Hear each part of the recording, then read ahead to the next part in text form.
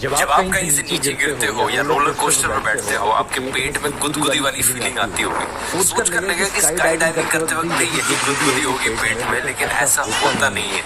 Interestingly ये तभी होता है जब स्पीड या एक्सेलरेशन में बदलाव हो। यहाँ स्काई डाइविंग करते वक्त एरोप्लेन की speed around 160 kilometre per hour और नीचे गिरते हुए अराउंड 200 किलोमीटर पर आवर की कांस्टेंट स्पीड बड़ी जल्दी रीच हो जाती है। इसलिए स्काई डाइविंग